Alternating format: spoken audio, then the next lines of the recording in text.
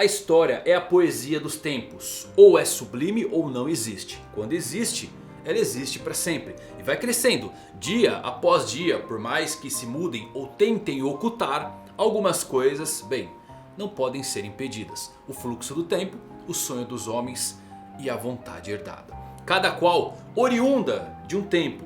Cada qual ligada ao seu próprio mundo. E é assim que nós aprendemos. O primeiro mundo diz que na Terra havia chamas. E a humanidade, tomada pelo desejo, tocou um sol proibido. Os escravizados então oraram e o Deus Sol apareceu para libertar. A divindade da Terra, porém, ficou enfurecida. E junto com a serpente das chamas infernais, acabaram engolfando o mundo com morte e trevas. Eles não podem ser encontrados novamente. Já o segundo mundo conta que no vazio há um sopro. A divindade da floresta despachou demônios. O sol nada fez além de espalhar sementes da guerra. O povo da meia-lua sonhou. E o povo da lua também sonhou. Os homens tornaram-se deuses após matarem o próprio sol. A divindade do mar se enfureceu. Eles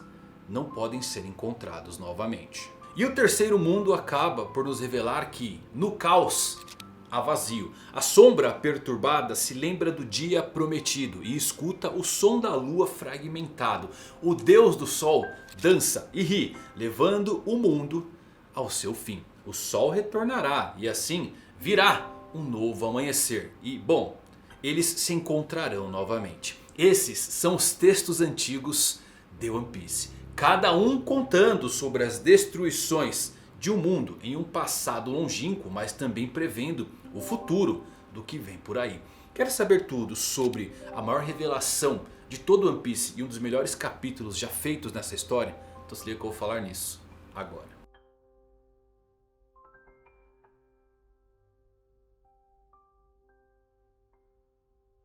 Fala galera, eu vou Evandro Fusari com mais um vídeo pra vocês.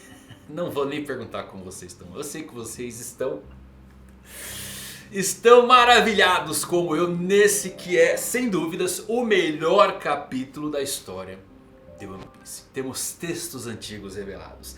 Temos um mural do século perdido para tentar desvendar e nos contar mais do passado e também do futuro. Meus amigos, é muita informação para um capítulo desse. Vamos tentar destrinchar tudo. Já começo pedindo desculpa para vocês, tá?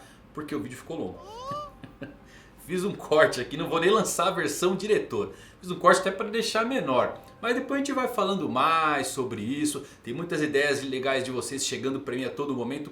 E eu espero que vocês gostem desse vídeo. Tentei destrinchar o máximo possível para entender mais desses fragmentos deixados por Eiichiro Oda. Inclusive revelações do século perdido, revelações sobre o reino antigo e toda a tecnologia. Parece que não estava usando isso para um bem maior. E digo mais, se você não quiser ser como o reino antigo aí e usar a tecnologia para o bem, se liga nesse recado que eu tenho pra vocês. Eu sei que você curte o entretenimento, a diversãozinha dos vídeos, mas eu também quero trazer algo que pode mudar a sua vida, que são os cursos da Alura, que é a maior escola de tecnologia do Brasil. Sabe o grande diferencial? Você paga uma matrícula, um preço super justo, e não vai fazer só um curso. Você vai ter acesso a mais de 1.400 cursos de altíssima qualidade com professores renomados das mais diversas áreas. Tem cursos completos do zero ao avançado na área de programação, que está super em alta hoje em dia, data science, front-end, design e até gestão. Com certeza você vai encontrar aquele curso que sempre quis fazer, mas não teve tempo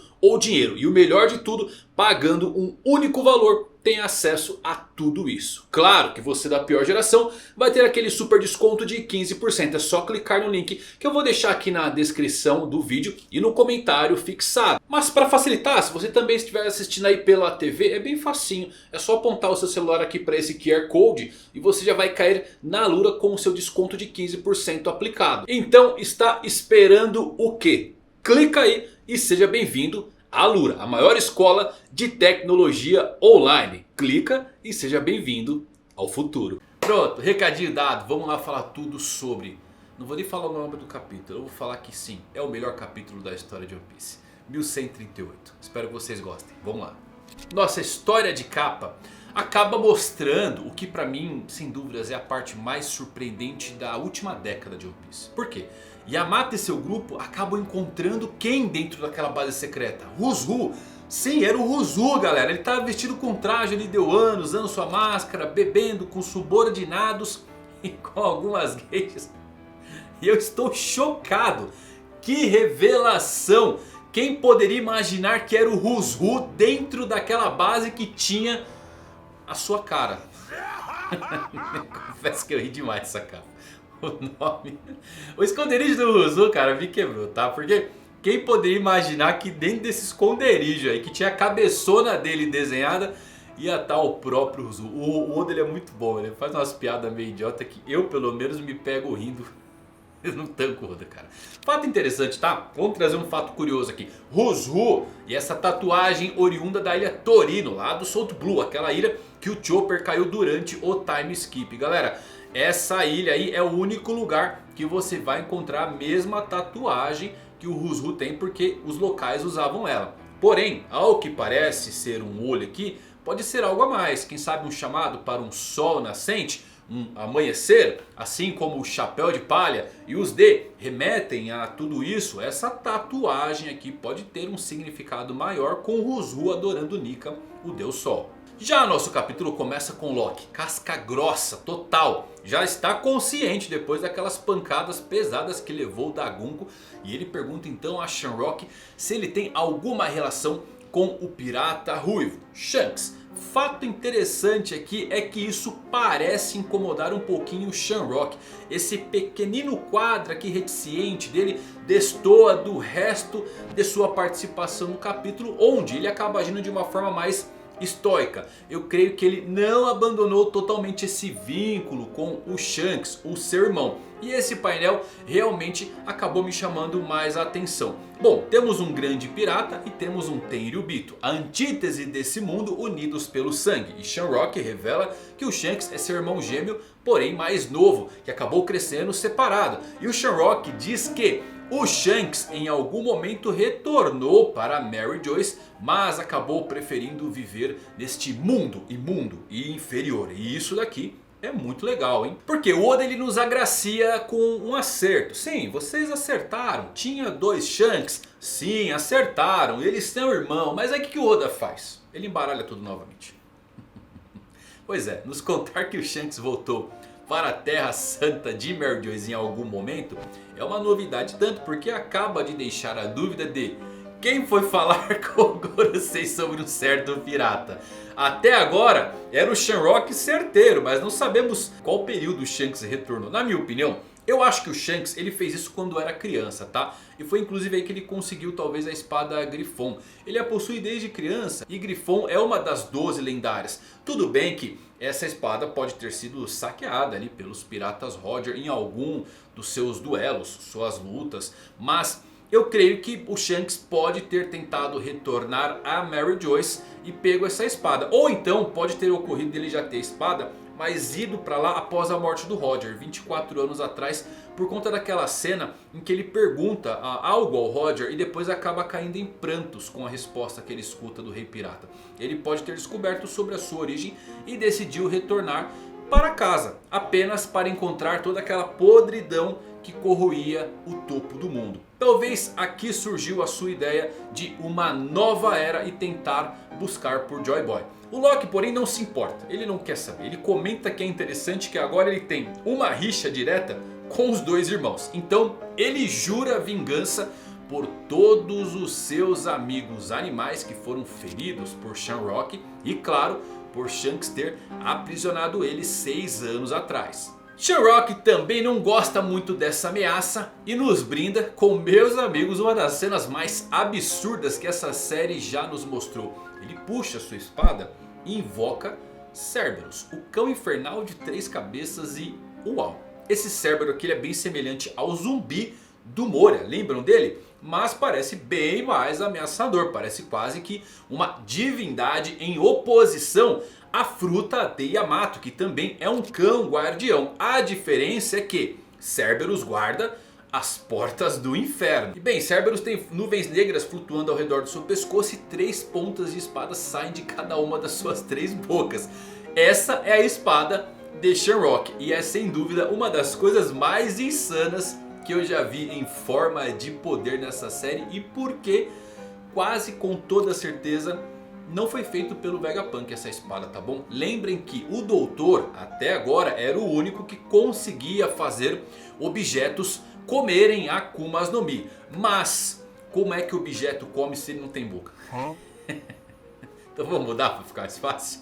O Doutor era o único até agora que conseguia fundir objetos com frutos Zoan. Isso se deve, claro, às Zoans serem as únicas frutas que possuem fator linhagem de animais, o seu DNA, ao qual ele utilizou para criar essa combinação. Vimos isso com Lazu, aquele cãozinho bazuca, e com Frankfrid, que é a espada elefante. Mas aqui com Cerberus, qual que é a diferença que eu acho até que gritante? A presença dessas chamas negras que vimos com o Gorosei, com o Círculo Mágico e claro com a Gunko. A impressão que isso passa é que Cerberus acaba sendo uma dádiva vinda de Musama também, que ao que parece pode conceder poderes em troca de um pacto. E inclusive por isso que tanto o Gorosei quanto o Cerberus tem uma característica muito única, que é a nuvem negra que se teoriza representar o despertar dessas Zoans. Com o Gorosei até seria ok pensar em um despertar, mas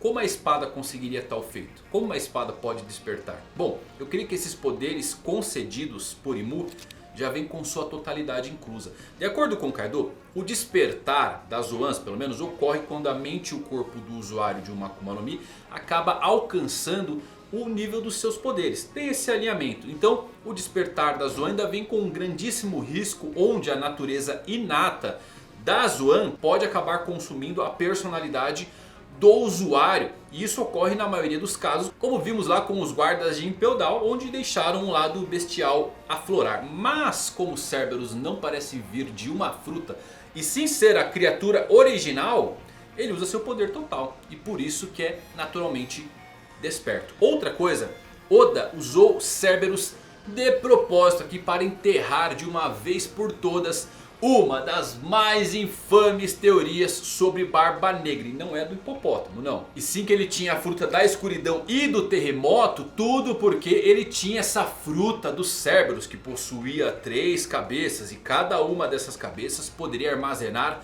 um poder. Bom, essa teoria ela não fazia sentido. Entrou em decadência com Orochi, que tinha 8 cabeças e não podia usar mais de um fruto. Mas ainda assim era comum ver essa ideia brotar vez ou outra a cada novo ciclo de teorias. Então nada de Cerberus para Tite, felizmente. E por fim temos também a dualidade dos irmãos Shamrock com Cerberus, o guardião do inferno, e Shanks com Grifon, a sua espada lendária. Grifos são associados à justiça, à luz e à autoridade divina, mas também são conhecidos por serem guardiões de tesouros. E confesso que mais do que nunca eu adoro a ideia de que Grifon possa realmente se transformar em um grifo enorme. Por isso que o Shanks se move tão rapidamente, porque ele literalmente voa com o seu navio nas costas de um grifo colossal. Vale, eu até arrepio aqui. Vale mencionar que o anime adicionou uma cena filler na luta de Shanks e Kid, e que pode acabar sendo na verdade um spoiler agora, já que quando o Ruivo usa o Kamusari pelo anime, um enorme grifo brota da sua espada segundos antes da obliteração. Eu gosto dessa ideia aí, viu? Mas continuando, a Gunka ela cria um enorme pássaro com suas flechas.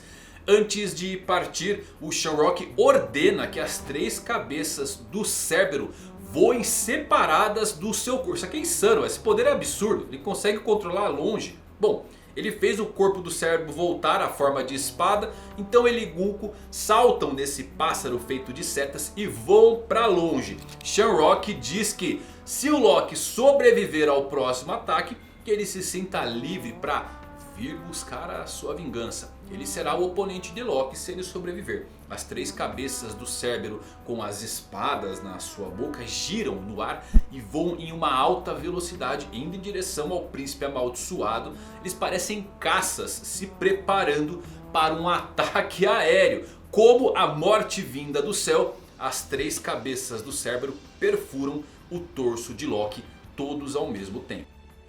Shamrock e Gunko partem e conversam enquanto vão para fora do submundo. O Shamrock, ele diz que suprimir os gigantes imediatamente vai parecer um pouco difícil. Então eles devem começar nesse momento capturando as crianças para usarem de reféns. Ele pede a Gunko para chamar mais um dos Cavaleiros de Deus. E quem será que vai vir aí, né? Isso aqui, galera, vai ser um baita de um estopim. O fato dele intimidar Loki e o Príncipe Amaldiçoado, dizer pro Luffy que ele esmagaria quem ele pedisse caso fosse solto pelo Luffy, faz realmente ficar empolgante esse encontro dos dois no futuro. Ainda mais com Shamrock mexendo com as crianças da ilha. Quem sabe tem até um retorno de Shanks para o lugar. Bom, vamos para o castelo Aurust. O Luffy e o seu grupo, eles estão conversando ali com os guardas gigantes que o Luffy acabou encontrando quando ele entrou no castelo. São os mesmos guardas que foram nocauteadas com a chegada da Gunko e do Shamrock. Só que o Luffy, ele está completamente furioso porque os guardas gigantes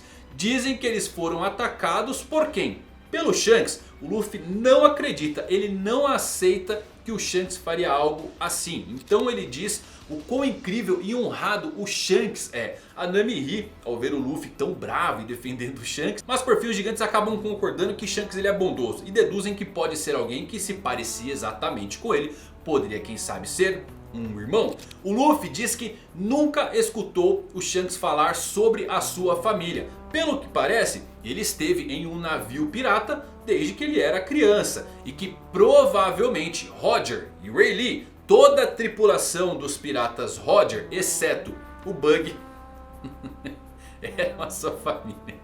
O Luffy, falando sobre os piratas Roger, é curioso porque a cena muda imediatamente para quem? O homem misterioso com o chapéu casaco que vimos aqui em Elbaf. E claro, a história de capa do Crocus no capítulo 631. O homem misterioso está caminhando em direção ao castelo Aurust. E ele está bem próximo já da porta principal. O fato da figura surgir em um momento em que o Luffy está falando sobre os piratas Roger parece de fato confirmar que a figura misteriosa fazia parte da tripulação de Roger. Scope Pregaban acaba de ganhar mais uns pontinhos extras, um reforço para suas teorias de que ele vai retornar. Eu fico feliz que Oda vai revelar esse personagem porque é um dos meus mistérios favoritos, tá bom, galera? De quem é essa figura. Mas vamos mudar aqui, vamos lá pro Frank. Ele está examinando a árvore do tesouro Adão com a Ripley. O Frank acaba vendo uma enorme pintura, um mural feito na árvore. E Ripley diz que esses são desenhos de crianças de muito tempo atrás, mas que acabaram fossilizando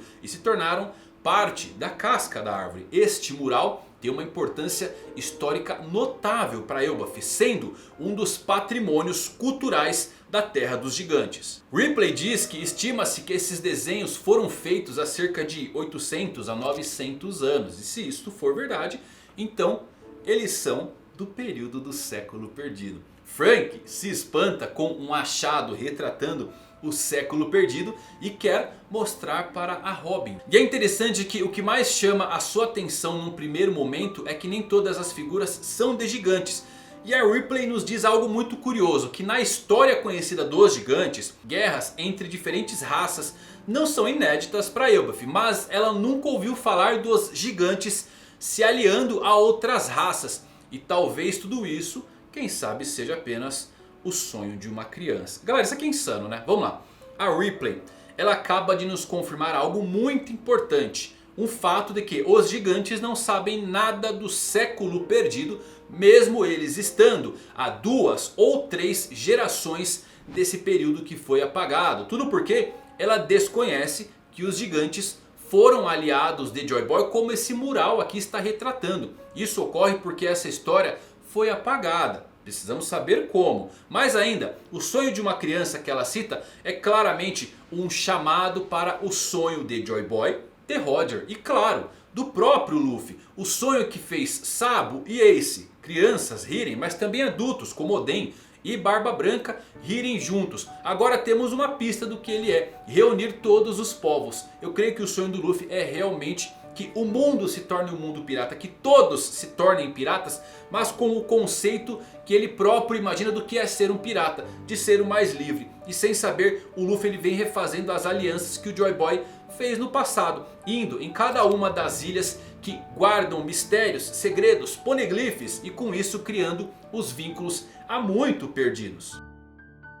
Mas vamos ao ápice de tudo? Biblioteca Coruja, o Sal pega o livro Harley com os textos sagrados de Elbaf para mostrar para Robin. É um livro muito antigo que tem o símbolo do sol na capa. Na verdade é aquele símbolo que chamamos de símbolo do Reino Antigo. O mesmo símbolo que vemos em diversos pontos do mundo. Na igreja do Kuma, nos reinos aliados, Wano, Arabasta, Ilha do Céu, Homens Peixe. E o Sal explica que há muitas interpretações do Deus Sol por conta desse livro. Tudo porque o livro Harley ele tem 3 capítulos e cada um deles representa um mundo. O terceiro capítulo é dito ser o mundo em que eles vivem atualmente. E o final do capítulo prevê o que ainda não aconteceu. Ou seja, acaba sendo uma profecia para o mundo. O capítulo então encerra com uma das cenas mais magistrais que Eiichiro Oda já desenhou nessa série. É impossível você não se emocionar com isso. Robin traduz os capítulos Harley enquanto o Frank está observando espantado o enorme mural. Uma pintura... Eu tô arrepiado, galera, desculpa. Uma pintura rupestre que representa o século perdido. Essa é a primeira vez que podemos ver um ponto de luz onde antes só havia escuridão. Na absoluta página mais épica que você pode encontrar nesse mangá, você vê o mural completo com o texto Harley traduzido por Robin acima. E vamos lá, eu vou separar aqui os textos do mural, tá bom? Porque depois de muito observar, eu acredito que realmente não representa os 3 pontos do livro. O mural, para mim, representa o século perdido. Até porque a Ripley já disse que foi feita há 900 anos atrás. E os textos revelam as 2 destruições do mundo, ligadas a Nika, o Destruidor, e também a próxima que está por vir. Então eu vou separar a explicação dos dois aqui para a gente tentar chegar num entendimento, num consenso, porque realmente gera muita interpretação. O mural em si tem muita coisa desenhada nele. Podemos ver a árvore do tesouradão que está bem no centro do mural e acaba dividindo ele em 2 partes. Acima da árvore tem um monstro, um demônio alado que cospe fogo pela boca, parece muito um dragão.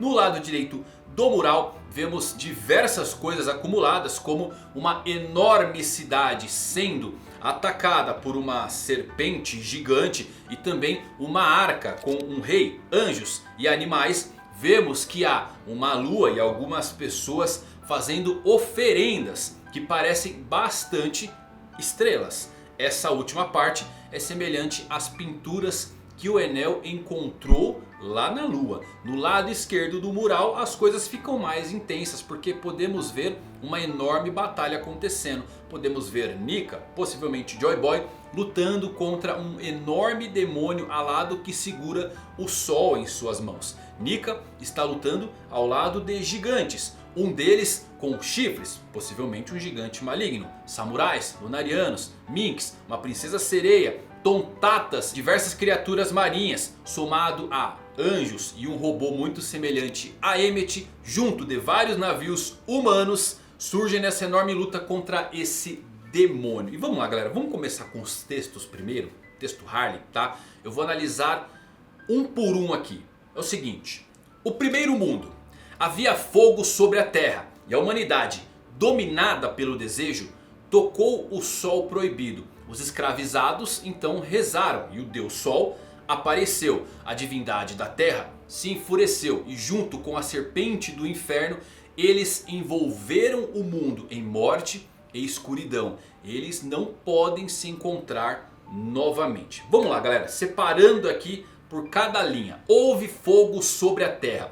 Essa linha provavelmente significa a agitação civil generalizada, guerra e destruição. Ela sugere que o mundo já estava em turbulência no passado, possivelmente devido a conflitos políticos, disparidades sociais e busca por poder. Isso é comprovado, sabe onde? Pela mensagem que a Robin leu na Câmara dos Reis em Arabasta, onde ela nos revela que Kahira conquistou Arabasta mais ou menos no período de 4.000 anos atrás, que é quando o castelo de Alubarma acaba sendo construído. Ou seja, há muito tempo atrás já haviam guerras, conquistadores e matança ocorrendo nesse período. E o fogo sobre a terra pode representar essas guerras que já existiam.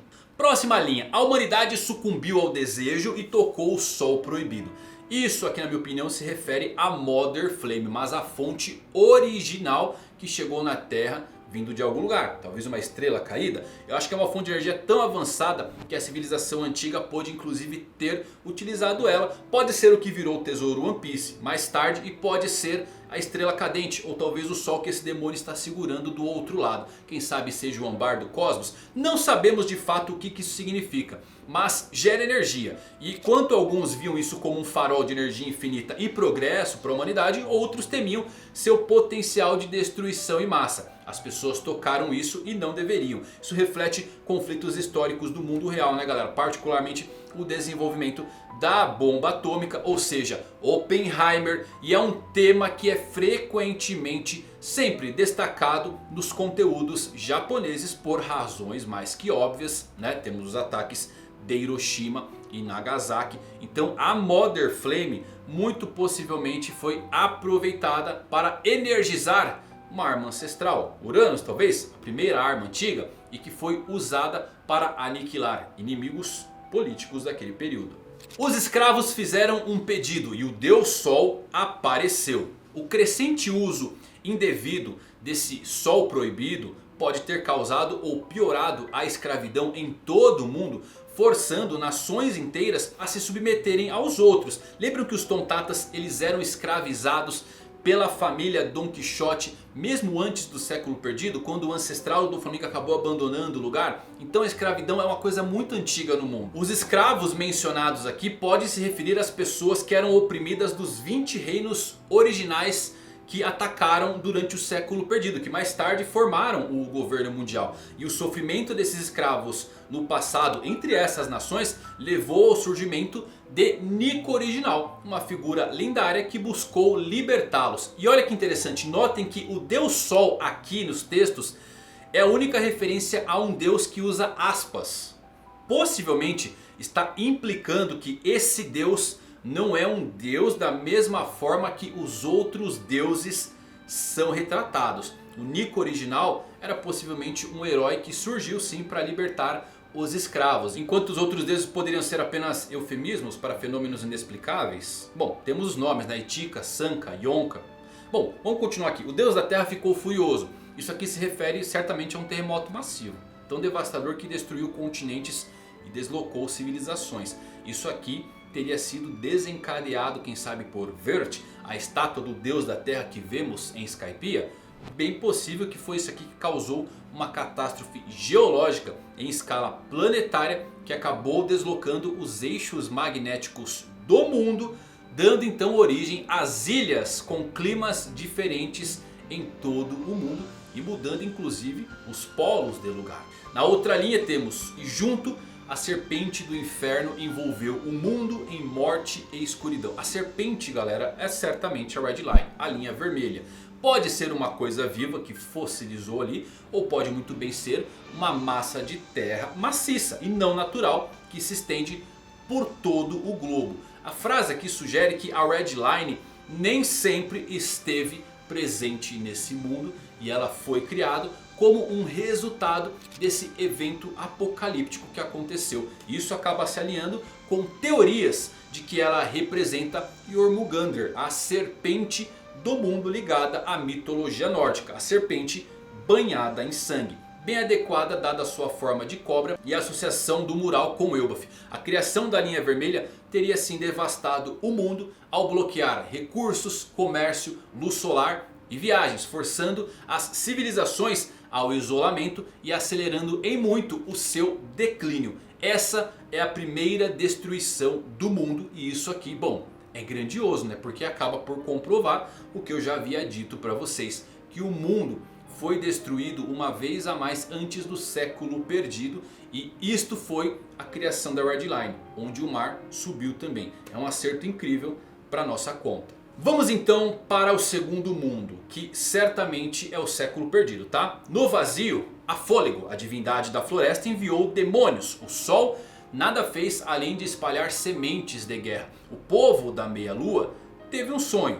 O povo da lua também teve um sonho. Os homens então se tornaram deuses após matarem o sol. A divindade do mar se enfureceu e eles não podem se encontrar novamente. Então vamos lá, primeira frase. Havia um sopro no vazio. Após a destruição do primeiro mundo, certamente um impasse semelhante ao da Guerra Fria deve ter se formado entre os remanescentes do antigo reino e os reinos que foram precursores à aliança dos 20 reinos, ou seja, o governo mundial. Embora a guerra direta tivesse cessado depois da primeira destruição, as tensões aumentaram enquanto nações sobreviventes lidavam com a fome, a seca e as perdas. No entanto, uma única faísca reacendeu o conflito. Algo que Vegapunk acabou fazendo uma referência em sua mensagem, mas ainda assim não foi totalmente revelado para nós. Afinal, quem está certo no início dessa guerra? Continuando, o Deus da Floresta enviou demônios. Bom, isso aqui certamente é a origem das frutas do diabo, simbolicamente ligadas às florestas, à vida e à própria natureza para mudar todo o equilíbrio do mundo e da guerra. Shandians acreditavam que as almas dos seus ancestrais existiam dentro das árvores que o Noland acabou cortando durante os eventos de Skypiea 400 anos atrás. O que acaba sendo uma reminiscência clara ao Deus da Floresta aqui no século perdido, ligado diretamente à criação das frutas do diabo, já que, bem, frutas nascem em árvore. Então o Deus da Floresta, se lembrem, era referenciado também em Skypiea e tem toda essa conexão de almas indo para as árvores. Pode ser a origem das Akumas no Mi. Continuando, o sol apenas espalhou faíscas, as brasas de guerras que continuaram. Esse período aqui, galera, viu a ascensão de Joy Boy, o primeiro pirata, nascido no antigo reino e que herdou o título de novo Deus Sol. Ele acabou liderando uma rebelião contra a aliança e acaba sendo uma referência direta a ele e a guerra que eclodiu no século perdido. O povo da Meia Lua sonhou. A Meia Lua se refere obviamente ao clã D, né? De qual o D pode parecer e simbolizar uma meia lua e cujos membros são frequentemente retratados com sorrisos crescentes. Eles, sem dúvidas, buscavam esperança de uma nova era quando entrar em conflito. O povo da lua também sonhou. Isso aqui se refere aos aliados que Joy Boy recrutou. Isso incluía Lunarianos, os Minks, os Leões da Lua, clã Kozuki e outros excluídos da aliança dos 20 reinos. Lembre que as famílias de Wano todas têm lua nos seus nomes, com exceção da família do Orochi. Continuando, a humanidade matou o sol e então ascendeu a divindade. Isso aqui marca a derrota final de Joy Boy, possivelmente sua captura e execução. A vitória da aliança foi cimentada, o governo mundial surge e eles ascendem então para viver no topo da Red Line como os chamados deuses, os Tenryubitos, estabelecendo assim o governo mundial em sua forma atual. O Deus Mar ficou furioso. Como Vegapunk explicou, uma enchente provocada pelo homem afundou a maior parte do mundo no século perdido,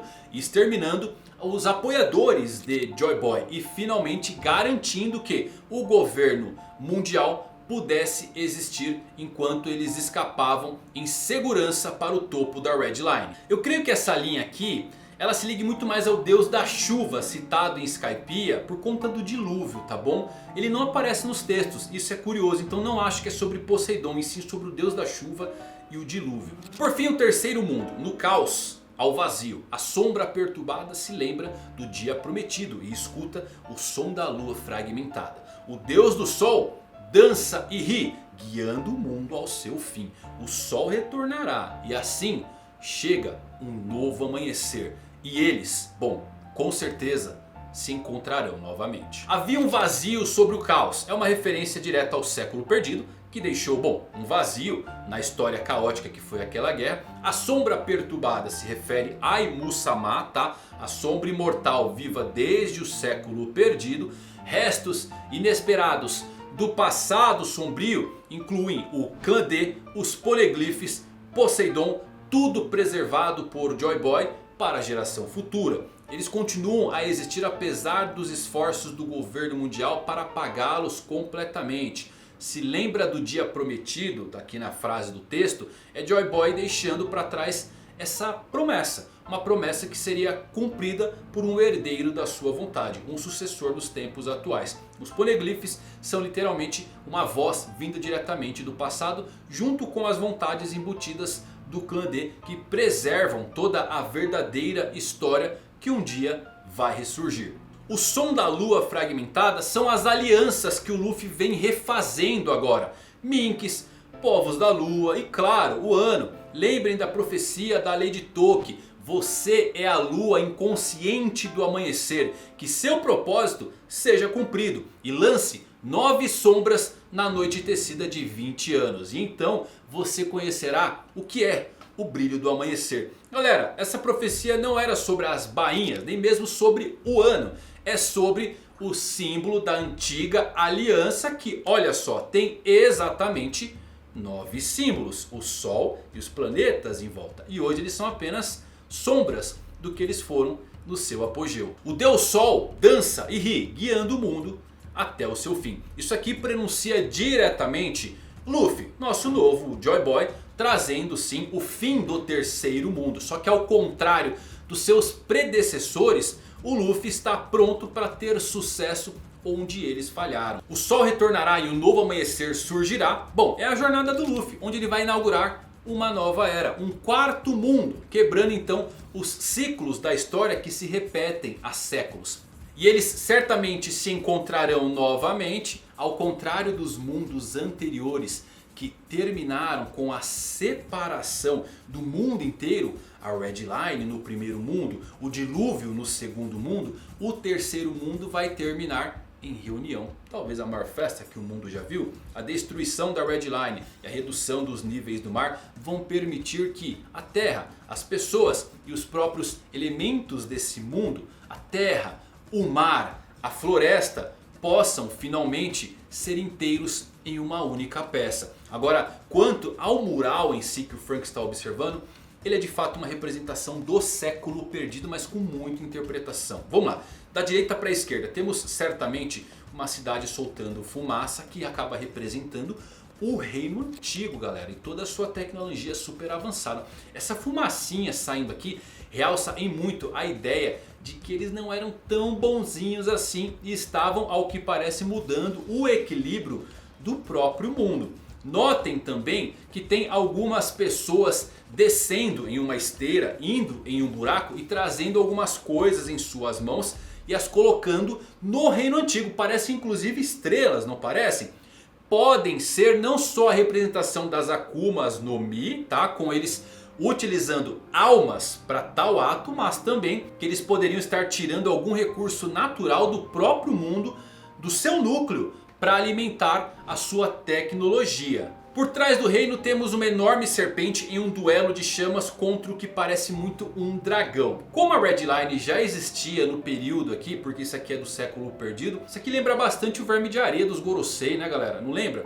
O fato do Verme de Areia estar aqui atrás do reino antigo e parece que está inclusive defendendo pode soar legal, porque lembre que o nome do Gorosei são nomes de planetas. Eles deveriam habitar Nico, o Deus Sol. Então pode ter sido um guardião que foi preso por Imu-sama, tá bom? E acabou sendo concedido como um poder mais pra frente. E os dragões por si só, bom, são uma força descomunal. O que inclusive levou aos nobres a adotarem o nome de dragão celestial. E temos aquelas tentativas atuais deles de tentarem recriarem essas feras para um propósito que ainda não sabemos. Ainda do lado direito, o que vai chamar a atenção, bom, é a lua cheia e abaixo dela uma nave voadora que é sem dúvidas Uranus. Eu poderia dizer também que é um grande chamado para a Arca Maxim de Enel, mas como isso aqui é sobre o passado e não sobre o futuro, realmente acaba nos confirmando que Uranus é uma nave, tá? Muito possivelmente é a nave que trouxe os povos da Lua para a Terra. Mas é legal que você pega aqui isso aí no meio como uma espécie de raio e combina com a Arca Maxim.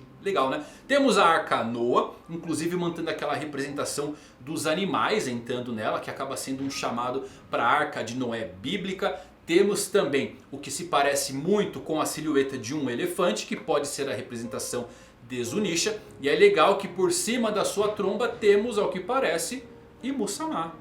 Estranho, né? Imu não está do lado da guerra, ele está observando de longe. E pode ter sido ele que fomentou uma traição, que impediu Zunisha de cumprir seu propósito e amaldiçoou o elefante na caminhada eterna? Já no lado esquerdo as coisas ficam mais intensas. Por quê? Temos minks, baleias, chuva, que pode ser o deus da chuva iniciando o dilúvio do século perdido. Temos lunarianos, temos o Emmet, samurais, gigantes. Um gigante maligno que segura uma enorme espada que eu presumo ser a espada que está cravada na ilha de Elbaf. Temos Poseidon presente nessa batalha, junto de Joy Boy em sua forma de Nico, Deus Sol. E eles lutam contra um enorme demônio que tem um sol nas suas mãos.